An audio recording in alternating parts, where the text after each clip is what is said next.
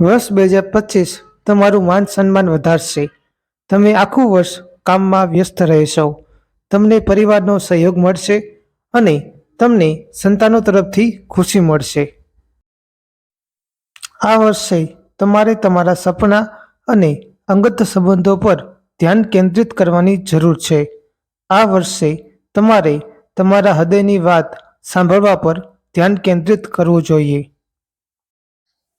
Mean રાશિના લોકો માટે આ વર્ષ પ્રેમ અને પરિવારની દ્રષ્ટિએ સામાન્ય રહેશે.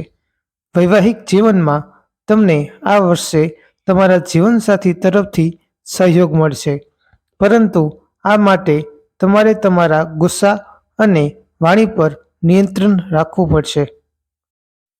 કેટલીક વાર ચીડિયાપણાના કારણે તમે કંઈક એવું બોલી શકો છો જેના કારણે તમારા જીવનસાથી સાથે મતભેદ થઈ શકે છે અને લગ્ન કરવા ઈચ્છુક લોકો માટે લગ્નની તકો આવશે.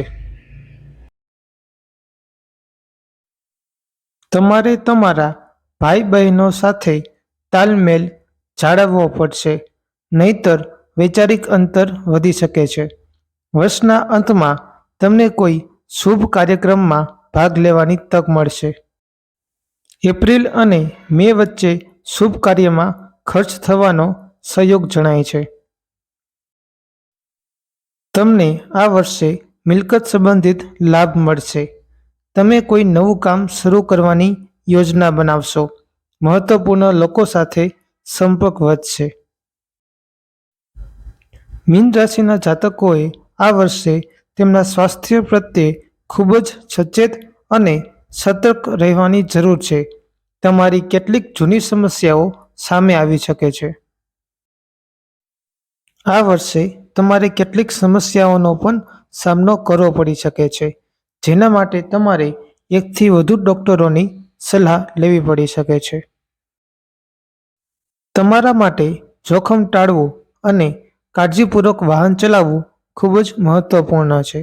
આ વર્ષે મે પછી તમને માથા સંબંધિત સમસ્યાઓનો પણ સામનો કરવો પડી શકે છે. કરિયર અને કામની દ્રષ્ટિએ વર્ષ 2025 મીન રાશિ માટે મિશ્ર પરિણામ આપશે. આ વર્ષે તમારા મનમાં કામમાં બદલાવનો વિચાર આવી શકે છે. તમે તમારી નોકરી બદલવાનો પ્રયાસ પણ કરી શકો છો.